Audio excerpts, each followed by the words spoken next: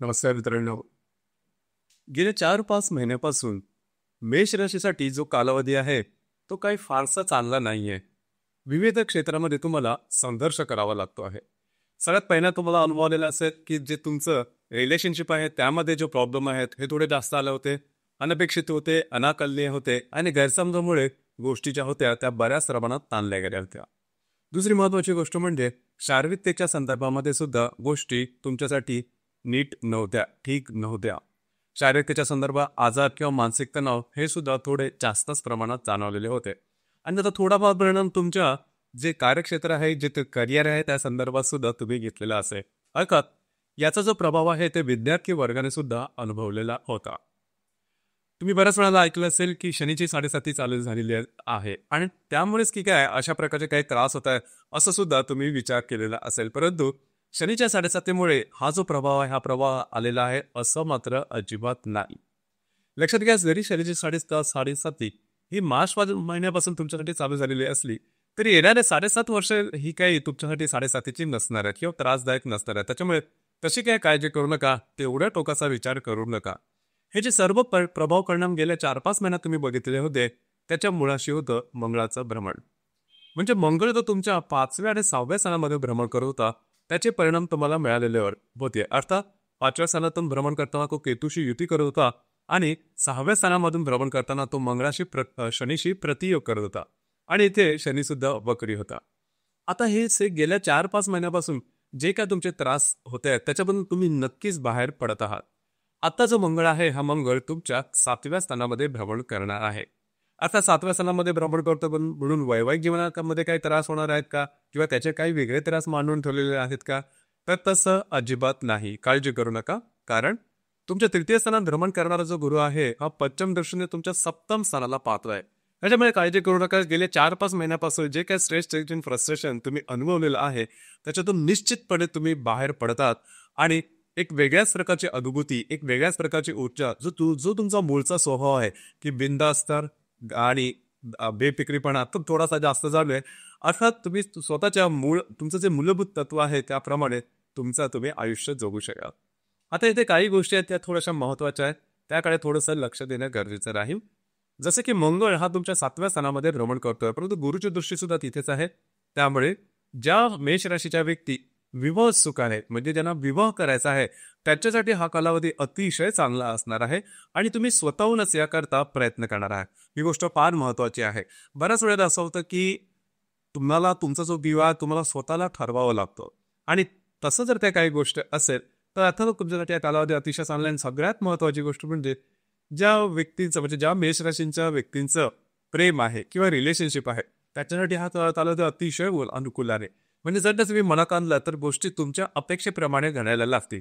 विवाह जमणं, प्रत्यक्ष विवाह होणं अशा प्रकारच्या सुद्धा काय अनुभव येत्या 1.5 ते 2 महिन्यामध्ये तुमच्यासाठी नक्की येणार आहे. त्याच्यामुळे त्या संदर्भात तुम्ही नक्की पावलं उचलू शकता किंवा गोष्टी तुमच्या अपेक्षेप्रमाणे होणार आहे. आता ज्या मेषराशीच्या व्यक्ती विवाहित आहेत त्याच्यासाठी नेमकं काय, त्याच्यासाठी गोष्ट थोडीशी वेगळी आहे परंतु ती तात्कालिक आहे. जसं की जर का तुम्ही विवाहित असाल तर जे तुमचे वैवाहिक जोडीदार आहेत ते थोडेसे तुमच्यावरती हावी झालेले आहेत का विचारांनी, थोडंसं तू मेमे ज्याला आपण म्हणतो किंवा चहाच्या कपातली वादळं ही थोडीशी जास्त भोंगत, ठीक आहे, अशा प्रकारचा काही अनुभव येऊ शकेल किंवा तशी काय काळजी करतो ना अशा प्रकारचे काय अनुभव किंवा अशा प्रकारचे काही प्रसंग जरी आले तरी ते तात्कालिक असते, तेवढ्या वेळेपुरते असते. गोष्टी परत तुमच्या नॉर्मल होणार आहे, त्याच्यामुळे तशी काही काळजी करू नका. आता दुसरी महत्वाची गोष्ट म्हणजे ज्या ठिकाणी तुम्ही काम करता, नोकरी किंवा व्यवसाय करता त्या ठिकाणच्या व्यक्तींबरोबर म्हणजे सहकर्मी असेल किंवा वरिष्ठ थोड्याफार प्रमाणात वादविवादाच्या ठिणग्या होऊ शकतील. काळजी करू नका, त्याचा फारसा मोठा परिणाम होणार नाही. फक्त इथे एकच गोष्ट महत्वाची आहे ती म्हणजे तुमच्या षष्ठ स्थानात भ्रमण करणारा जो रवी वेळातील वक्री शनी बरोबर प्रतियोग करणार आहे. यामुळे 1-2 गोष्टीकडे लक्ष देणं थोडंसं महत्वपूर्ण राहील. जे तुमचं कार्यक्षेत्र आहे त्या ठिकाणी जे तुमच्यापेक्षा म्हणजे तुमचे जे वरिष्ठ असतील त्यांच्याबरोबर किंवा तुमच्यापेक्षा थोडे खाली काम करणाऱ्या ज्या व्यक्ती असतील त्याच्याकडून तुमचे कॉन्फिडेन्शियल स्पॉइल होणं अशा प्रकारच्या काही गोष्टी होतील.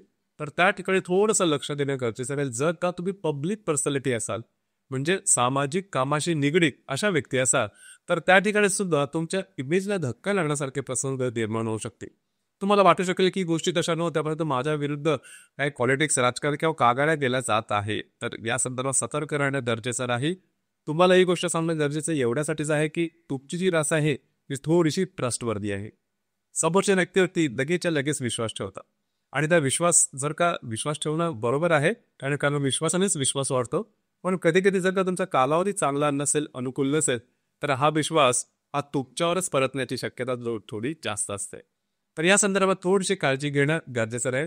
बाकी येणाऱ्या 1.5 ते 2 महिन्यामध्ये तुम्ही बऱ्याच प्रमाणात ऍक्टिव्ह असणार आहात. जो तुमचा मूलभूत गुणधर्म आहे, जसं की मी तुम्हाला सुरुवातीला सांगितलं की तुमचा जो मूलभूत गुणधर्म आहे तुम्हाला या येणाऱ्या 1.5 ते 2 महिन्यामध्ये निश्चित आहे. त्याच्यामुळे थोडंसं फ्रीडम तुम्हाला वाटेल. थोडंसं स्वतःहून आपण स्वतःचं आयुष्य जगतो आहे, स्वतःचे निर्णय घेतो आहे आणि ते पूर्ण सुद्धा करतोय. अशा प्रकारचे काही चांगले अनुभव तुम्हाला निश्चित येणार आहे. इथे एकच गोष्ट आहे की ज्या ठिकाणी तुम्हाला सांभाळणं गरजेचं आहे ना, तो तुमचा वीक पॉईंट सुद्धा आहे, ते म्हणजे खर्च. खर्चावरती नियंत्रण ठेवा. अनावश्यक अनपेक्षित अनाकलनीय असे खर्च समोर येऊ शकते आणि तुमची जी रास आहे हे मुळातच थोडीशी खर्चिक रास असल्यामुळे तुम्हाला हे सांगणं थोडंसं गरजेचं ठरतं की तुमचे जे खर्च असतील त्यावरती लक्ष ठेवा. अर्थात आर्थिक संदर्भात फारसे मोठे प्रॉब्लेम येणार नाही, परंतु खर्च जास्त जाण्यामुळे थोडंसं फायनान्शियल क्रंचेस वगैरे येऊ शकते. त्या संदर्भात थोडी काळजी घेणं गरजेचं राहील. आणि एक महत्त्वाची गोष्ट म्हणजे जर तुम्ही विवाहित असाल तर वैवाहिक जोडीदाराच्या आरोग्याकडे थोडंसं लक्ष देणं गरजेचे राहील.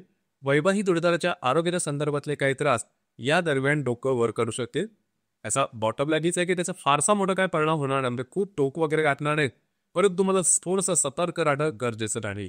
मात्र एक गोष्ट तुमच्यासाठी खूपच चांगली आहे, जी की गेल्या 4-5 महिन्यापासून जे त्रास तुम्ही अनुभवत होता त्याच्यामधून तुम्ही निश्चित बाहेर पडत आहात आणि एक वेगळ्याच प्रकारची मानसिकता, एक वेगळ्याच प्रकारचा उत्साह हा तुम्हाला या दरम्यान नक्की दिसू शकेल.